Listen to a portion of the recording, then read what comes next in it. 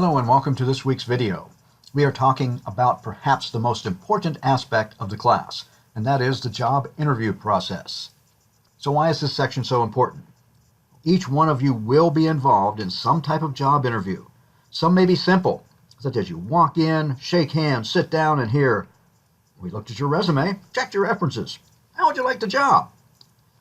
This is a very rare situation. However, I do know someone who had such an interview. In reality, you will need to prepare for your interview. What follows is the process beginning with where to find jobs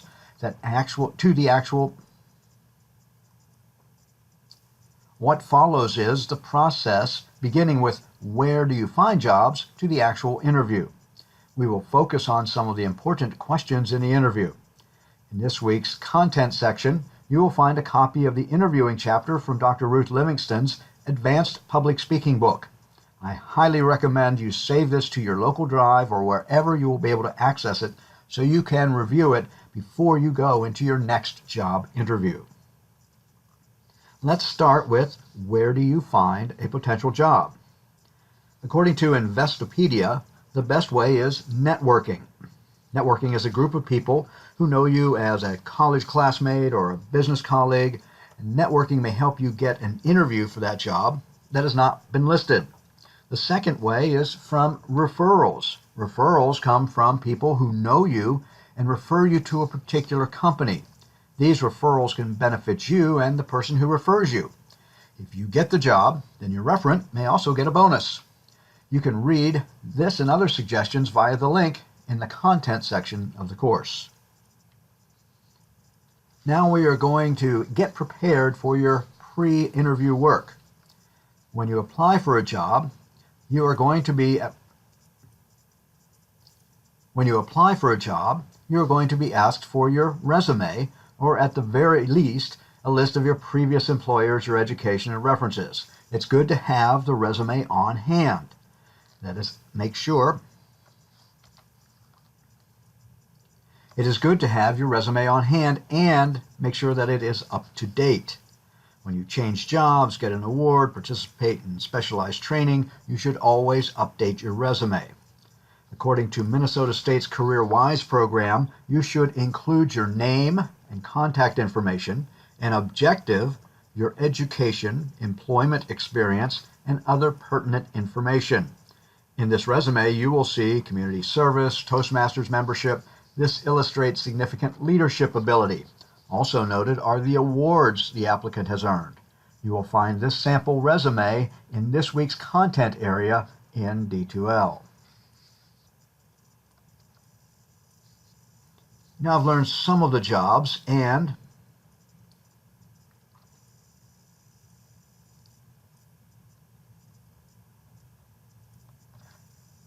you now have learned of some jobs, and you have submitted an application along with your resume, and you get the job interview.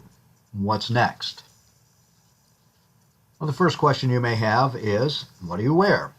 Find out what is worn by employees on a daily basis. If it's business casual, wear business casual. If it's business professional, wear business professional.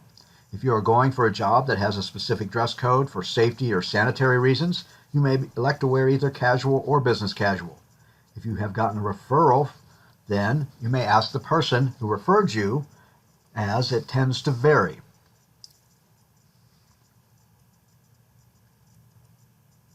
If you have gotten the lead from a referral, you may ask the person who referred you, and they will be able to tell you what the best way to go with your dress. You would never go wrong with business casual. One of the issues are, all of these are business casual. So again, check and look at what they are wearing when they go to work on a daily basis. Again, you would not wear, one caveat, you would not wear a business suit to apply for a computer technician job. So check before you go. You can't go wrong being dressed slightly better than what you would wear on an average day. I do have one suggestion: leave the tux at home. So here you are. You're dressed and you're ready to go. Well, what time should you arrive? The general rule is to arrive approximately 15 minutes before the scheduled interview. If something should go wrong on your way there, you would still have time to get there. Arriving earlier than 15 minutes before tends to be just a little more difficult because you're just sitting and waiting. And arriving late, of course, is not an option. Second, and this should go without saying, but be nice to everyone. At an organization I worked at, a colleague called an applicant to confirm an interview time for a very important and high-paying position. The applicant was very rude. When she reported the confirmation and the fact the individual was rude, her boss said to call back and cancel the interview. We should be nice because it's the right thing to do, but in the case of job interviews, it can make a difference between getting and not getting a job. When you are called into the interview, firmly shake the interviewer's hand. Don't give a limp handshake or a bone-crushing one. Now it's time for the interview to begin. We are going to look at 4 sample questions. Dr. Livingston's handout has 10 questions. Again, I highly recommend you review this before your next interview. And before we start, I also want to note that you should never be negative in an interview. Should they ask about your past job where your boss was horrible to all of the employees, simply say something as I didn't have much room for growth, or I discovered that my passion is really for this type of job. Now, on to the questions. The first question is, tell me a little bit about yourself. Do not tell your life story. Keep it professional. Do not ramble. Provide the facts. And you may also want to add how you found out about the job. The next question is, tell me about an academic or professional failure you've had and how did you recover from it? First, what not to say. Don't ever say you've had no failures. Everyone has had failures. Maybe it was failing trigonometry in college or giving the wrong information to a client on a phone call and losing a sale. Whatever it is, explain it in full detail and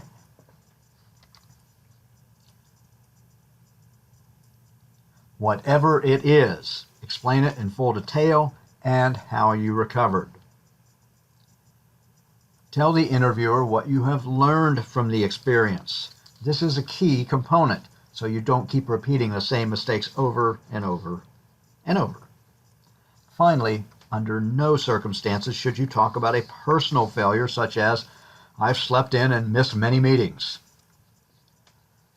The third question to consider is, why should I hire you among other qualified applicants?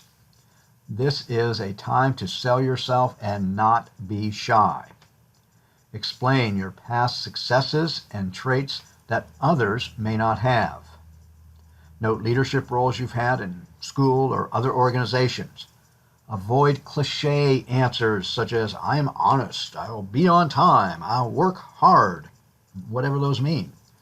Leave those types of generalities to the other candidates. Finally, note your excellence in communication skills. Finally, note your excellent... What a thing to stumble over.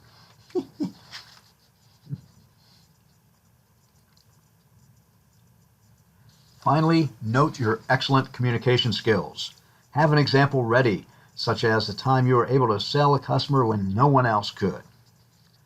The final question that you should have is, do you have any questions for me?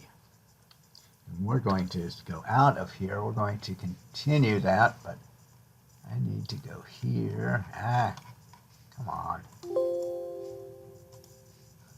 Now you can continue recording. I'm just going to go here and do this then. Boom, boom, boom, boom, boom. Okay.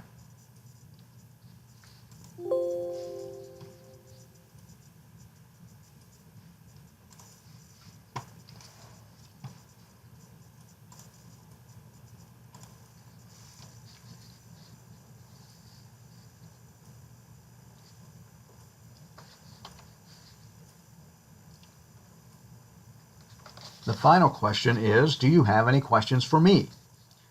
The initial response is always yes. The final question is, do you have any questions for me? The initial response is always yes. Do your homework about the company and ask a question maybe about the new merger. Ask the interviewer why they like working there.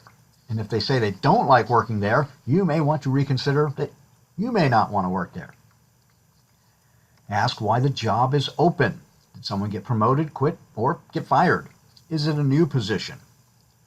Do not ask questions that are self-serving. These are things such as salary, healthcare, vacation, or other such items that are strictly in your interest. Save these questions for the callback.